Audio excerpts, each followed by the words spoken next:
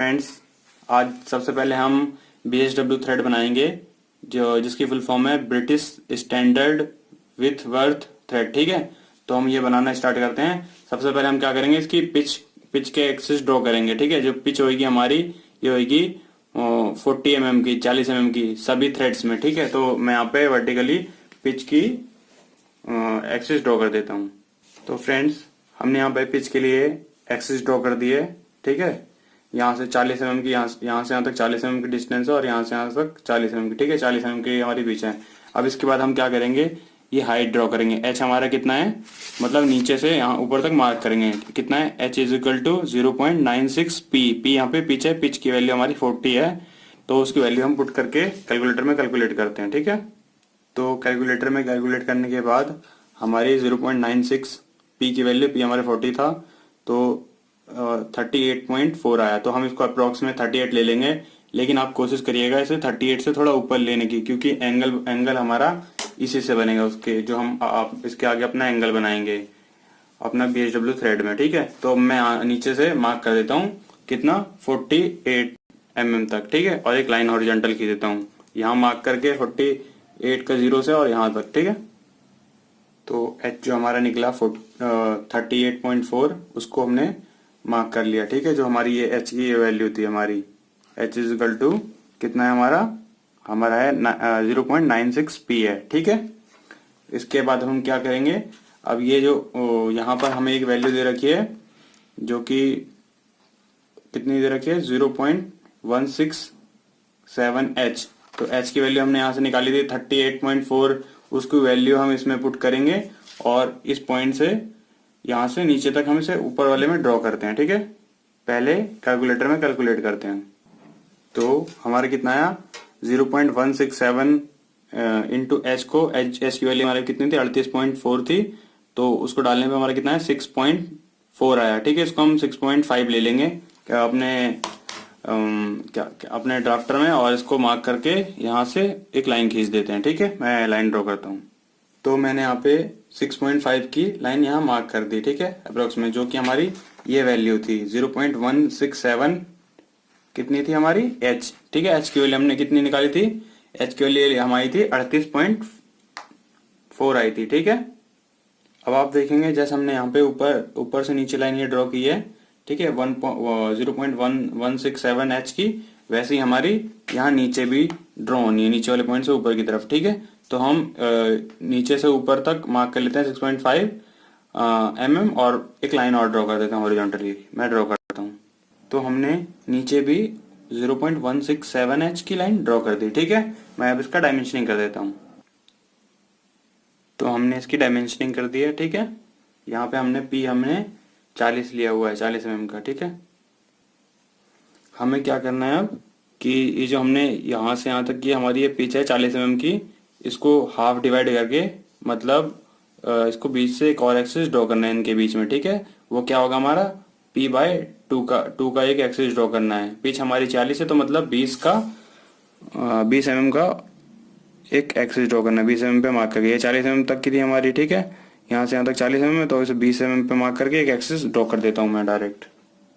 अब मैंने ये यहाँ पर भी यहाँ से यहाँ तक 20 mm का मार्क करके एक एक्सिस ड्रॉ कर दिया, ऐसे ही इसके बाद 20 mm का मार्क करके, ऐसे ही इसके बाद यहाँ पे। ठीक है, अब हम क्या करेंगे, अब हम अपना डी यूज करेंगे और उसको हम इस पॉइंट पर रखेंगे ऐसे। ठीक है, और इस पॉइंट से हम होते हुए इसको मार्क करेंगे। ठीक है, एंगल बनाने के लिए, जो कि हमारा एंगल कितना है, हमारा है 55 डिग्री का एंगल हमें बनाना है। ठीक है, जो कि इस पॉइंट से होके टच होके जाना चाहिए। ठीक है, तो वो कैसे बनाएंगे हमने अपनी सर्कल की प्रॉपर्टी में पढ़ा था। अगर हम एक लाइन पे इस पॉइंट से इस पॉइंट को मिलाते हैं, तो इसका एंगल और इसका एंगल इक्वल होगा, है ना, इसका इधर का एंगल और इसका अंदर का एंगल। ठीक है, तो हम एंगल बनाते हैं। तो हमें 55 डिग्री का एंगल बनाना है, तो हम यहाँ से 27.5 डिग्री मार्क करते हैं। ठीक है, यहाँ हमने मार्क किया और ये पॉइंट को हमने इस पॉइंट से नीचे से मिला दिया। ठीक है, जो सीधा जाके इस पॉइंट पे मिला। ठीक है, अब ऐसे ही इस पॉइंट पर रख के हम एक एंगल और ड्रॉ करेंगे। वो कितने डिग्री का होगा? वो भी 27.5 डिग्री का होगा।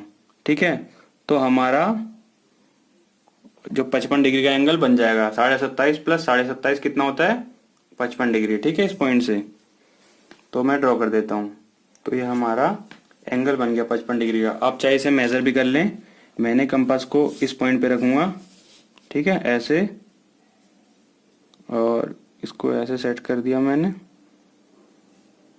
आप देखेंगे कि ये पॉइंट कितना बन रहा है? 10, 20, 30, 40, 50 और 5, 55, जो कि इस पॉइंट पे आ रहा है। ठीक है, यहाँ पे 55 डिग्री का एंगल बन गया। ठीक है, तो ऐसा मेरा 55 डिग्री का एंगल बन गया। ये तो था लंबा मेथड। अब इजी मेथड बताता हूँ मैं आपको कैसे जल्दी जल्दी ये 55 डिग्री का एंगल बना सकते हैं।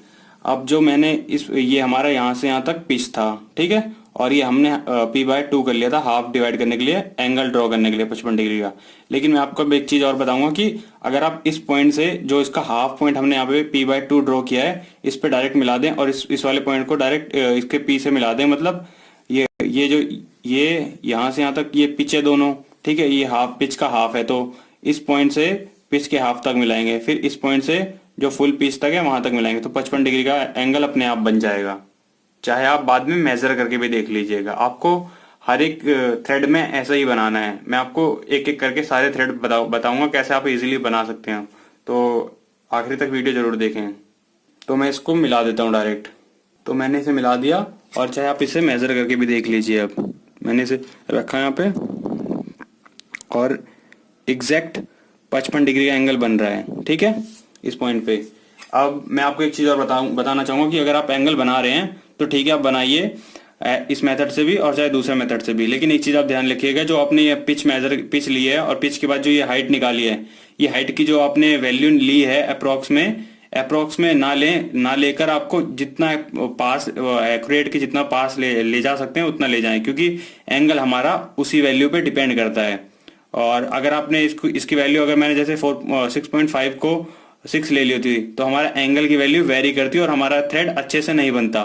तो आप इस बात को जरूर ध्यान रखें कि आपको वैल्यू एक्यूरेट लेने की ज्यादा से ज्यादा कोशिश करनी है। ठीक है, तो ये हमारा थ्रेड बन गया। अब मैं इसे डार्क करता हूं, लेकिन डार्क करने से पहले यहाँ पर हमारा कर्व बना हुआ है। ये कर्व कैसे बनाएंगे? जो ये वैल्यू हमने ली है 0.0167H, उसको ही हम उतनी वैल्यू हमारी कितनी आई थी? 6.5 आई थी अप्रोक्स में, जो कि 6.4 थी। मैंने 6.5 ले ली थी। इतनी आप वैल्यू ले सकते हो आसपास की, लेकिन 6.4 को 6 नहीं ले सकते डायरेक्टली। ठीक है, तो जो हमारी ये वैल्यू थी 0.167H, ये हमारी 6.5 थी। तो हमें इस नीचे वाले पॉइंट से जो हमारी पॉइंट लाइन हमने खींची है, यहाँ से 6.5 नीचे मार्क कर लेता हूँ। ठीक है, और इसको इस पॉइंट पे एक दे दिया हमने, और एक बार इस पॉइंट पे मार्क कर लिया, और एक बार इस पॉइंट से। ऐसे ही हम नीचे वाली से ऊपर की तरफ 6.5 मार्क कर लेते हैं इस वाली लाइन से। ठीक है, तो हमने ये मार्क कर लिया पॉइंट, और ये पॉइंट भी हो गया हमारे सारे। अब इस पॉइंट पर हम कंपास रखेंगे, और इतनी ही यहां से ऐसे कंपास रखा हमने, और इस पॉइंट तक हम खोलेंगे। ठीक है, जो ये लाइन हमारी ऊपर वाली है, और वहां से कंपास से एक आर्क ड्रॉ करेंगे। ठीक है, तो हमारी ये आर्क ड्रॉ हो जाएगी। ठीक है, जैसे कि इसमें हमारी आर्क इसमें बनी हुई है। ठीक है, तो ऐसे ही सब पर मैं ड्रॉ कर देता हूँ। ठीक है, ऐसे ऊपर की तरफ ड्रॉ कर दिया। अब नीचे की तरफ ड्रॉ कर देते हैं। जो हमने यहाँ पे पॉइंट मार्क किया था, हमने यहाँ पर भी मार्क कर लिया था, लेकिन हमें यहाँ पे मार्क करने की जरूरत नहीं थी। ठीक है, तो यहाँ पे मैंने मार्क किया दोबारा, और इस पॉइंट को दोबारा खोला, और इस पॉइंट से आर्क ड्रॉ कर दी। ठीक है, अब इसके बाद तो ये हमने ऊपर और नीचे आर्क ड्रॉ कर दी। आप इसे फ्री हैंड भी ड्रॉ कर सकते थे, लेकिन फ्री हैंड उतनी अच्छी नहीं, क्लियर नहीं आती, तो आप प्लीज इस मेथड से ही बनाइए। अब क्या करते हैं, गियर को हाईलाइट कर देते हैं, सॉरी थ्रेड को। ठीक है, हाईलाइट कर देता हूँ। तो हमने थ्रेड को हाईलाइट कर दिया। अब क्या करना है हमें, इसको जैसे